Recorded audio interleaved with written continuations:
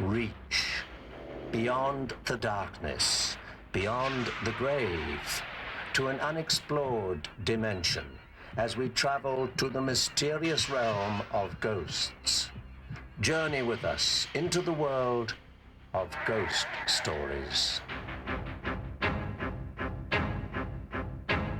Hello, I'm Patrick Macnee. You know the eerie feeling you get walking through an old deserted graveyard? Your hair stands on end. And unintentionally, you keep looking behind you. Now you're ready to join me as we bring you an hour of spine-chilling tales. Leave conventional logic behind as we enter a fascinating and unknown realm of ghost stories. The Tower of London. Well, there are some spine-chilling tales to tell you about that one. The visions that are reported in the Orontier mansion are always described as a young woman in a white dress. She's really been not a scary ghost, but a mischievous ghost.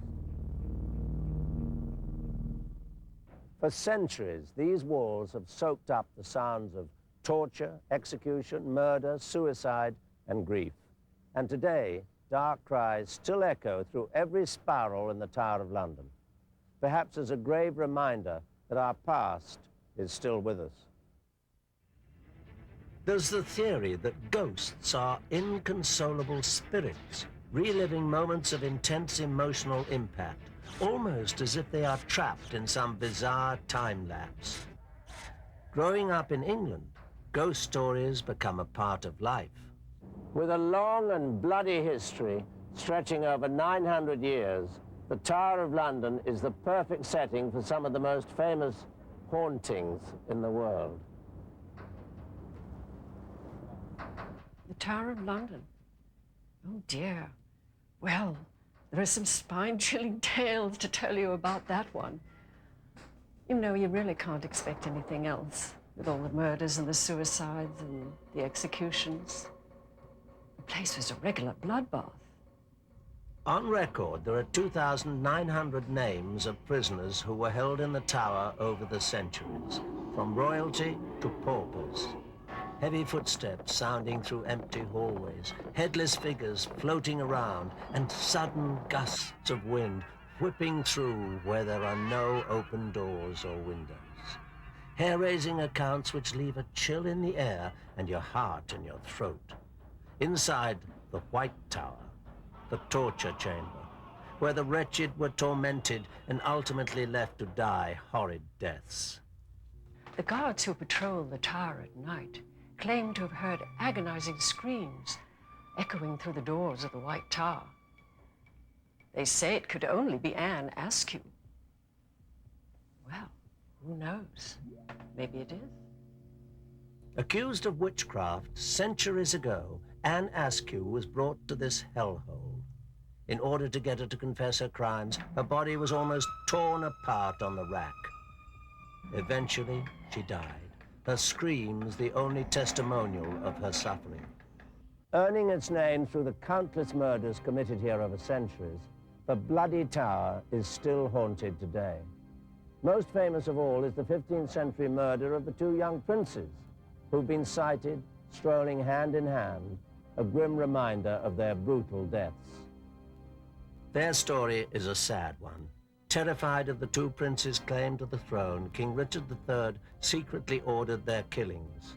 And one night, while the two brothers were sleeping, they were strangled in their beds.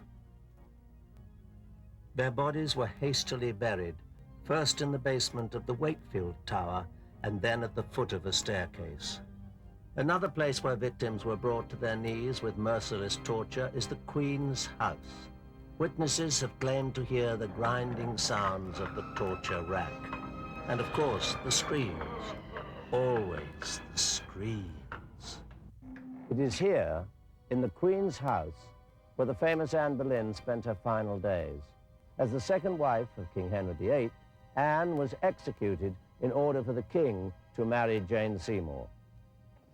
Anne Boleyn, by all accounts, was a peculiar woman. She had 6 fingers on one of her hands and 6 toes on one of her feet. In those days, this surely would have been regarded as an evil omen. King Henry VIII, of course, fell in love with Jane Seymour, and because the Catholic Church condemned divorces, the king's only way out of his marriage to Anne Boleyn was to have her beheaded. After her death, the room where Anne awaited her execution has been described as having an unpleasant and menacing atmosphere. Some witnesses even described a peculiar perfume and a feeling of suffocation. Anne Boleyn has also been spotted at the window, forever staring at something, maybe someone. One of the most incredible anecdotes is the one of the talking head, appearing from nowhere, rambling on endlessly. I don't think anybody's been able to put a history behind that one. I don't think anybody's brave enough to stay long enough to find out. In folklore, ravens are birds that manifest bad omens. But here at the Tower, they are ever present for quite the opposite reason. It all started when King Charles II ordered the ravens to be removed from the Tower because their screeching drove him up the wall. It was the king's astrologer that intervened. He predicted that if the ravens were chased away, the tower would fall, and along with that, the English monarchy. Today, the ravens are still at the Tower, their wings painlessly clipped so that tradition could linger. In the courtyard, there's even the Raven Cemetery. Perhaps there was some truth to the prediction. The monarchy still stands, so does the Tower, with its ghosts.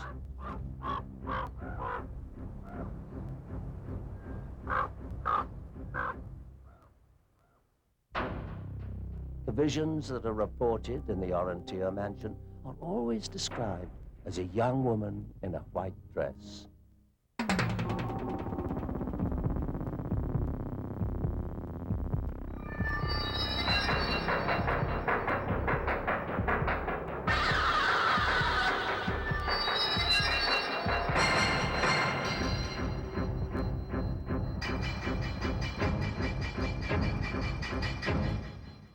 Strange hauntings are not only housed within these tower walls, or even within this country.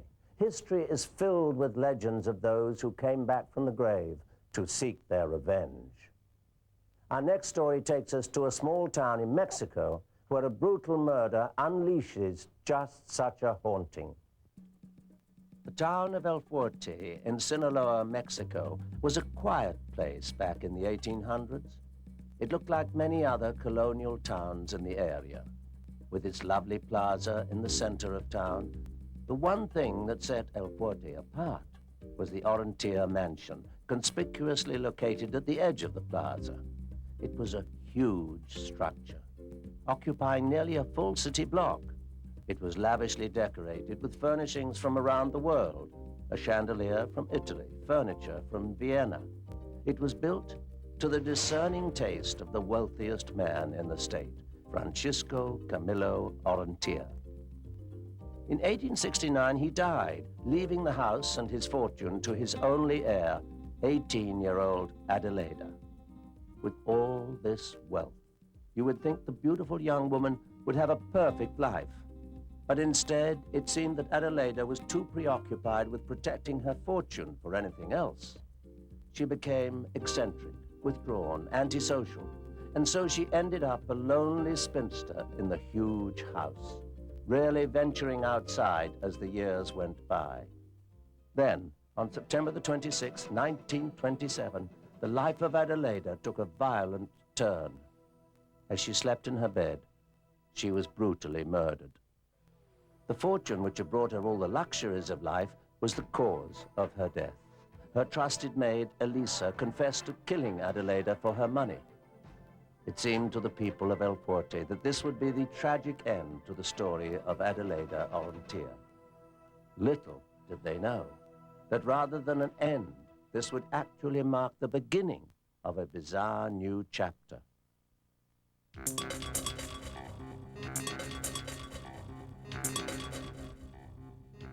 People began hearing unusual sounds and seeing strange visions in the vacant Orontier mansion. In the town of El Fuerte, many people have been talking about this old house and about the ghost in the house. Many people have seen a woman in the balcony or in some of the rooms and the layers, but there are some ghosts in the house. The visions that are reported in the Orontia mansion are always described as a young woman in a white dress, one that could be a wedding dress. She has been spotted in many parts of the huge house. Often she is seen carrying a candelabra of lighted white candles. One night, a local photographer was able to snap an amazing photo in the house. He described seeing a woman in a white dress walk by carrying a candelabra. In the photo, you can plainly see the trail of the candles, and in the center is the faint outline of a woman. Several other people have had first-hand experiences with the Orontia ghost. En una ocasión venía yo caminando por la calle que está frente al alto de los Orrantia. One time I was walking along the street down by the Orantia house. All of a sudden I glanced over and I saw a woman on the balcony. I recognized her. It was Adelaida Orantia. Yo sabía que esa era la única casa donde vivía. I knew it was her. I knew her personally all my life. There she stood, looking exactly as she did as a young girl, in a long, flowing white gown. Pues yo sabía perfectamente bien que ella ya había muerto. But I knew perfectly well that she was dead. I'd been at her funeral 65 years ago. And now I was seeing her exactly as she looked when she was a young woman. I got very scared. I looked again, and to my disbelief, this time, she went down and disappeared until I was staring at an empty balcony. Then I became terribly frightened and I ran home. Y tuve que hacerlo porque los nervios me agarraron y tuve que correr. I was so nervous, I had to run. Another El Fuerte man still vividly remembers his encounter with the Orontia ghost 30 years ago. When I was a young man, I used to work in this house, sweeping the floor and taking care of some rooms in this house because it's a large and big house. And when I was doing my work, I heard a noise behind me. When I saw to see what was happening, then I saw suddenly a woman with a white dress walking from room to another room, and she disappeared into the wall. And I was very afraid, and I go very nervous outside of the house, running away because I really was very afraid.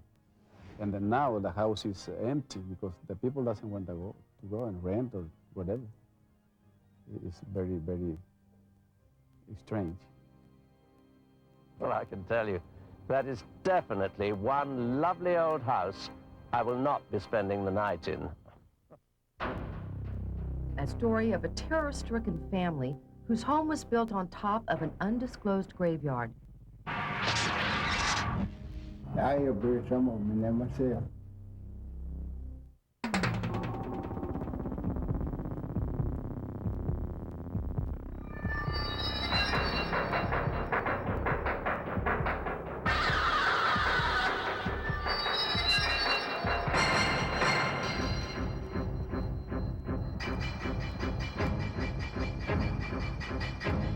A family in Texas experienced one of the most bizarre and troubling cases of poltergeist activity when they learned their dream home was built over an undisclosed graveyard.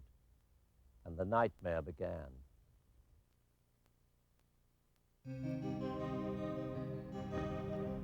This may seem like an ordinary neighborhood, but 7 out of 8 families picked up and moved far from here at tremendous cost, including losing their mortgages. I wonder what really happened to drive them all away.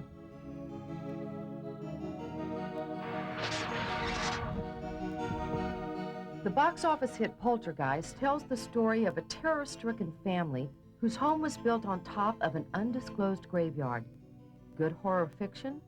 Not necessarily. During the same time the movie was released, these silver screen nightmares became reality for residents in a Texas subdivision. Their story began in 1981 when Ben and Jean Williams moved into their dream home, a newly constructed house in this brand new subdivision. Shortly after settling in, however, a strange feeling crept over them. At first, the feeling manifested itself slowly as mere oddities. Hundreds of ants invading the house, snakes slithering through the floorboards, plants not growing, and unusual sink spots in the yard that couldn't be filled in. Then other things began.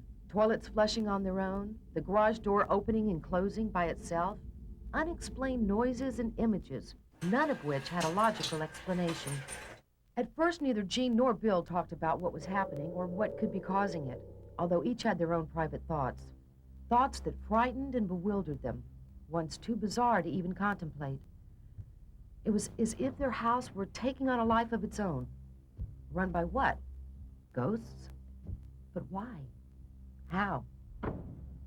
Houses built in the Newport subdivision were built on what was once McKinney family land.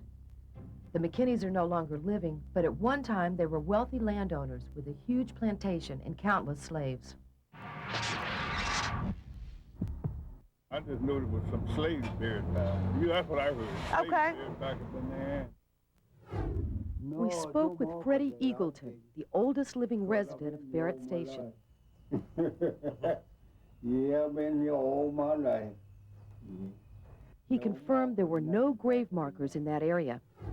The place was owned by Will McKinney, and he let, our folks bury up in here for a long time, The site of these unmarked graves became known as Black Hope Cemetery.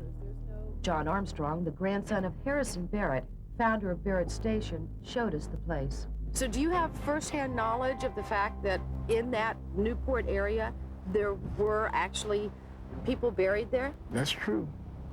That's true. Descendants of the slaves of the McKinneys live here in Barrett Station, not far from Crosby. They remember Black Hope Cemetery. Some of their relatives are buried there.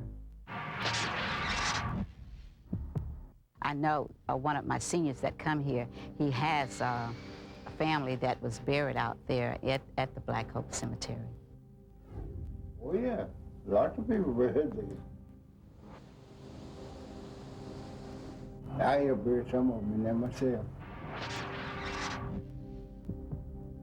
We spoke with Keith Krizak, whose father Daniel owned White Cemetery during this time, one of the few established cemeteries in the area. I asked if he thought it was possible to have these homes built on top of a graveyard. Folks were buried back there, and it's the cemetery. Just no one knew that there was a cemetery back there at all when they developed the area. So. In fact, some did know. Jasper Norton lived at the house behind me. He has since died, but he was one of the few people who warned the residents in the Newport area that they were building on graves. In fact, he himself buried people in those graves when he was 14 years old. He pointed out some of the unmarked grave sites, but apparently nobody listened to him. As time went on, whatever spirits might have been awakened at the Williams house influenced everyone who came into contact with them. The family experienced an uncanny number of misfortunes, deaths, and diseases. Even the animals were affected, behaving strangely and dying unexpectedly. The Williams withstood their plight in silence. Then their worst fears were realized when their neighbors, building a pool, unearthed the corpses of two people, a black man and woman. They would never find out that if they wouldn't dug a pool. I know where the graveyard was in that area before they went to building all in there. When they went in there and selling that land, and they just went selling, they wouldn't think about the grave was in there. After that, the terror escalated. footsteps became almost commonplace, Ben was the first to notice the shadowy figures that loomed in the dark. Sometimes they would literally attack him in the garage, suffocating him. Jean finally had enough. She took a shovel and began digging next to an old tree, a tree, she was warned, that marked a gravesite. However, she didn't make it but a few inches down. Her daughter died suddenly that day. With nowhere to turn and no way to console themselves, the family left that house forever. Although there are people like realtors and neighbors who may not believe what happened to the Williams family, it was hard not to notice all the for sale signs.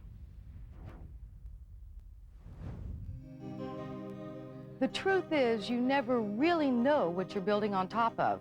And in the process, if you disturb sleeping spirits, for this family, their lives can never be the same. For anyone else, well, hopefully, it's just a movie. This experience really hit the Williams hard, so much so they wrote a book to document their nightmare. And they firmly believe they weren't the only ones, that there are similar cases of poltergeist phenomenon. Mom, there's a ghost up in my room. She's really been not a scary ghost, but a mischievous ghost.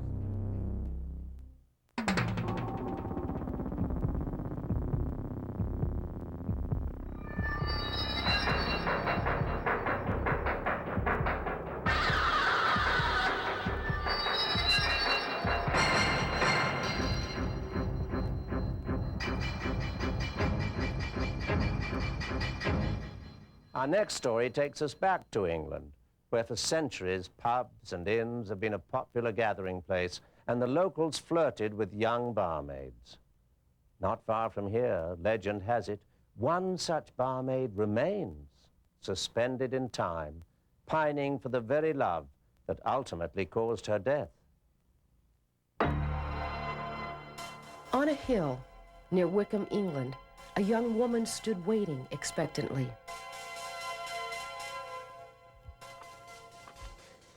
In the cool night near the Hellsfire Caves, her patience prevailed. 2 centuries later, the young woman still lingers. Her tragic tale traces back to the 1700s, when the George and Dragon Inn was a favorite place for travelers to stop over on their way through the town. At this inn, a pretty young woman served in the pub. She was known to the locals simply as Suki. She was very young, very attractive, very popular with the local lads. A sophisticated young gentleman used to make regular visits to this inn. His eye caught the attractive young barmaid. It wasn't long before Suki had fallen head over heels for this charming stranger. She imagined that she was going to be whisked away and by this young gentleman. The local boys didn't like the fact that Suki was all starry-eyed about this stranger. It took her attention away from them. One day, Suki received a note out of the blue, saying that she must wait at the Hellsfire Caves for her darling that same night. Suki was ecstatic. She believed that this was the beginning of a new life. And he was going to marry her.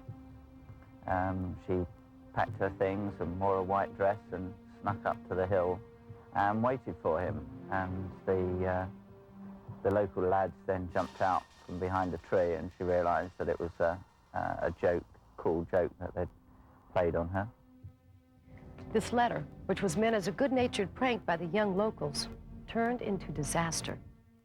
She picked up some stones and started throwing them at the lads, at which point they probably threw a few back, and one hit her on the head. Suki was knocked out. In a frenzy, the young locals carried the unconscious girl back to her room at the George and Dragon Inn. It is here, in room number 6, where she died later that night.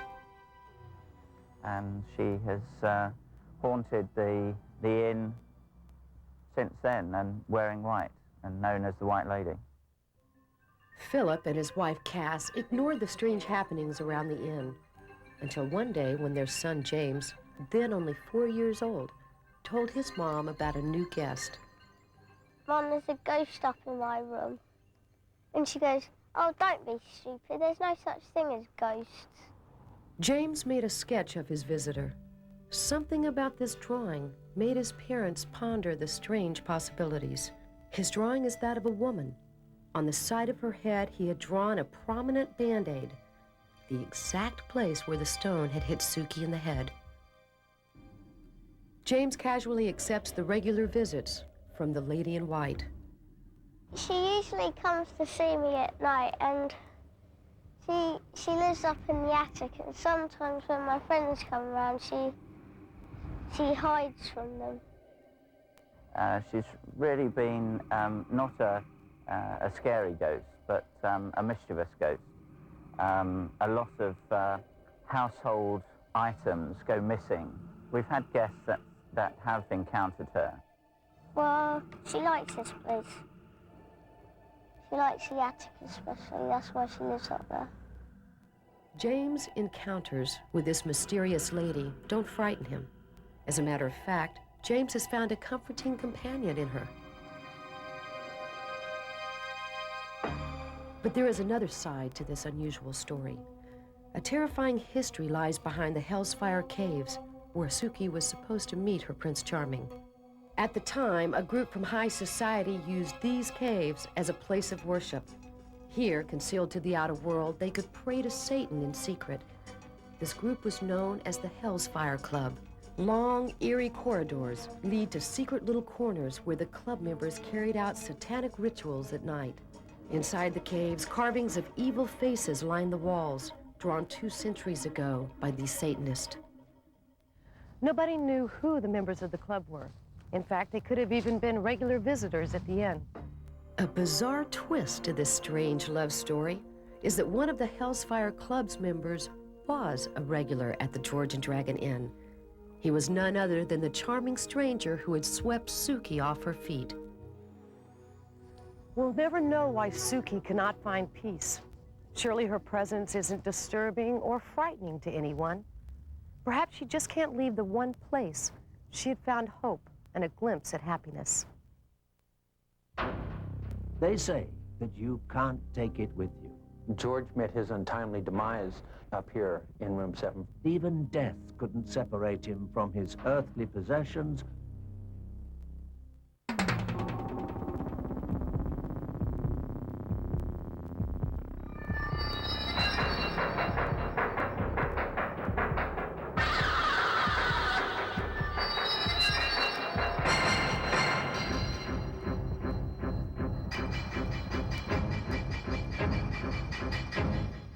As settlers flocked west during the gold rush, mining towns boomed and many greedy, often unscrupulous businessmen made their fortune, not in gold, but on the good luck of others.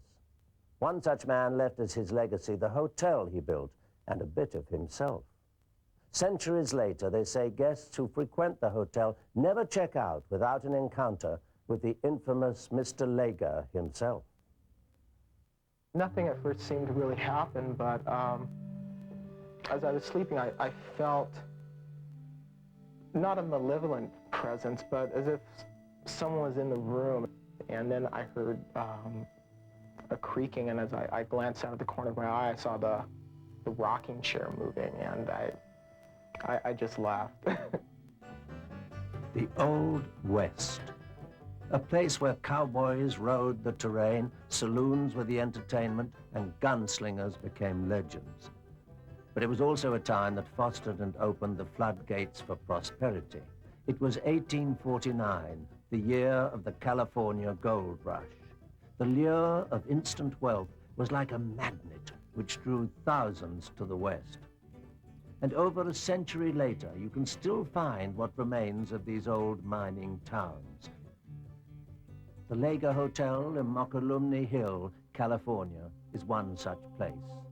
A piece of the past left behind by George W. Lager, a sharp businessman who took advantage of the flourishing moment and reaped in large profits. Profits which, after he died, some say George refused to leave behind. Just stories of articles moving around or being misplaced, or thinking you set something down in one place and you search around the whole room crazy for this one article, and then you look back and it's in the exact same spot where you thought you had left it. George W. Lager came to California in response to the gold rush, but he didn't seek his fortune in the precious yellow metal. I guess he was probably a real shrewd business person. Instead of digging for gold and working on a whim, he built a hotel and apparently made money. In fact, Lager made a great deal of money. His primary income came from newly rich miners who lived and gambled away their fortunes at his hotel. But that wasn't the only way Lager filled his pockets. He was a kind of a loan shark too, I guess, if you will, sort of a thing during the gold rush. And it was his less than above board banking methods that caused more than a few people to hate the man. Lager lived in room number 7, where he could keep a close watch on business. He was almost never without a cigar or a beautiful woman, the envy of practically every man in town. George Lager had it all. But then suddenly, one day, it was all gone. George was a cigar smoker. There won't be anybody up there, and sometimes you get a whiff of the cigar smoke. Room 7 seems to catch the most of the weird things, the unexplainable little things, with the doors closing, the ruffles of the beds, and cigar smoke. It is unclear who killed Lager. It might have been a miner who felt Lager duped him out of his hard-earned gold, or maybe it was a jilted paramour. One thing is certain, though. Today, room number 7 at the Lager Hotel comes with more than just a view. The lady that used to be the maid here before I bought the place has quite a few stories of pillows getting thrown out of the room after she cleaned the room. People have talked about hearing steps in the hallway when they're in the rooms at night, yet they're the only guests here, and people don't roam around because we lock it up at night. Lager's ghost has only rarely been seen. One of the few people to actually witness the apparition was the 10-year-old son of a woman who bought the hotel some years after Lager died. Like children that age, they're very active and used to run around the hotel a lot. During the week, the hotel wasn't occupied. Ran by room 7, and this gentleman came out, a stately-looking gentleman with a mustache, and said, "Sonny, will you keep it down?" And closed the door. Not expecting anyone to be in the hotel, the terrified boy ran downstairs and told his mother that the man in the picture above the bar was upstairs. When the child's mother went to investigate, she found the room empty, but eerily she smelled the unmistakable odor of cigar smoke. I knew a little bit about the hotel, but not as much as I found out after I purchased it. And it goes on every day. There's something new every day. They say that you can't take it with you. But in this case, a man's greed was so strong that even death couldn't separate him from his earthly possessions or from Earth itself. George met his untimely demise. He was shot up here in room 7, from what I understand. And I guess that it would be, they say that people go back to, where they died or where they're used to being. This disastrous accident started a legend that motivated many people to come to these tracks. I'm determined to check it out for myself.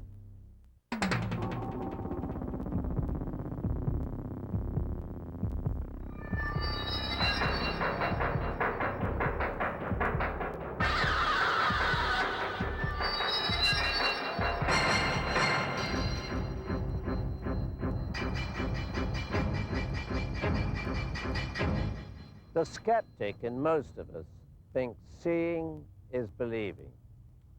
Well, in our next story, we investigate an amazing tale of young children whose spirits seem to remain here as guardian angels. and whose fingerprints are often left on their handiwork. A sign from beyond. More often than not, ghost stories are frightening, but even more frightening when the story is true. Let's go back to the south side of San Antonio. It was late one evening in 1984 when Paula Williams was driving home from work, taking her usual route. A young girl standing alone on the side of the road caught her attention. Are you all right? Do you need a ride? The girl only nodded a yes and got in the car. She gave Paula her name and pointed to where she lived. Cindy Sue was extremely quiet and seemed to stare through Paula. It unnerved her. As they drove, they passed over some railroad tracks. Cindy Sue's eyes met the sign and locked. At her house, Cindy Sue remained in the car. Paula thought she might be having problems at home and suggested that she would go first and talk to her parents. Paula told the woman who answered the door her daughter, Cindy Sue, was waiting in the car. Hello. She started yelling and even threatened to call the police if Paula didn't get off her property. Then she said the strangest thing. Just let Cindy Sue rest in peace. Paula was taken back by the strange turn of events and walked back to the car, confused. When she got to the car, no one was there. Paula remembered Cindy Sue fastening her seatbelt and locking her door. The door was still locked and the seatbelt still fastened, but Cindy Sue had vanished. It was on her way back when Paula remembered why everything felt so unsettling. It was the street names near the railroad track. All of them the names which belonged to children. Behind this discovery was the tragic tale of innocent children, and even more so, their remaining spirits. Okay, so Roy, where are we? We're out on the southern part of San Antonio on Mission Road. Now this is the famous road, right? This is the famous road where the children were killed in the bus accident back in the 40s. It was a cold but clear afternoon when a school bus was making its last delivery of school children. About 10 children were still on the bus. The bus had to cross the railroad tracks. There was no warning of the oncoming train.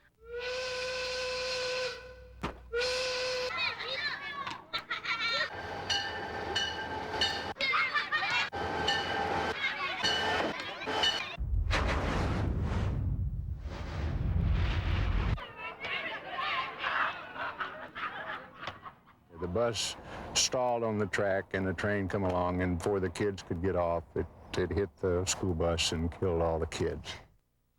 This disastrous accident started a legend that motivated many people to come to these tracks. From any of these places here, you can stop your car, completely stop it, turn the motor off and leave it in neutral, and it will pick up speed all the way till it gets across the railroad track. The strange thing about this is that the road doesn't go downhill. It doesn't even run level. If you look to the railroad track, it appears that the road is elevated. There's no question. I mean, I can see a hill going up. Okay, how do these cars get up the hill by themselves? If people's cars stall or something, these children supposedly pushes the car across the track to safety. It's come through the safety zone. And once they're safe of the railroad track, then the car stops. Skeptics say the explanation may be a magnetic field in the area. But how do they explain what happens next? Fingerprints on the back of the cars, as if some imaginary hands pushed it forward. Putting powder on the back of the car helps to see the fingerprints clearly. You say on the bumper and on the trunk. I think with the wind, we'll do it right here and see what happens. I'm determined to check it out for myself. I watched a couple of cars do it, but just to see if it can really happen. This is about where they say they stop. Turn the car off, put it in neutral. Take my foot off the brake. And just sit here and start going.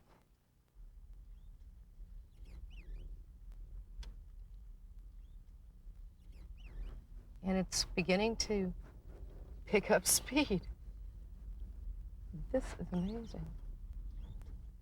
No hands, no feet. This car is just going on its own across the railroad track. I'm gonna have to brake because now we're gonna go downhill. There was no doubt in my mind the car was pushed over those tracks. Was it gravity or was it the legendary little spirits? There was only one way to find out, and there it was. I could feel my heart beating. Possible finger marks right here.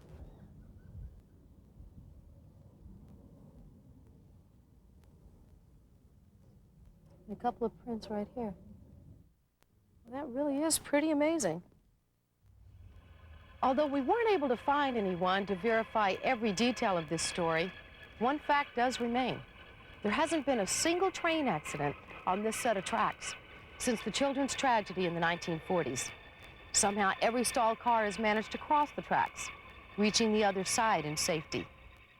There was one thing I still wanted to find out. What did Paula see that night on her way back home? This is the neighborhood supposedly where they have street signs with the children's names from the accident.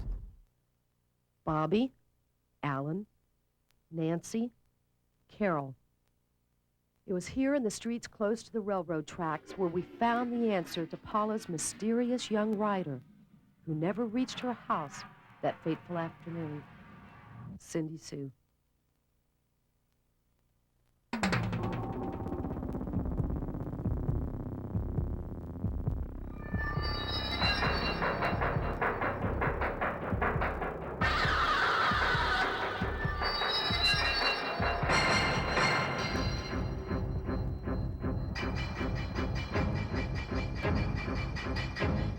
As we've just witnessed, activity from the beyond knows no geographical boundaries or language barriers. No matter where these stories turn up, the similarity of events is startling. It's hard to dismiss the possibility that this phenomenon exists without turning to our famous ghost stories. I'm Patrick McNee. Thanks for being with me. Until next time, goodbye.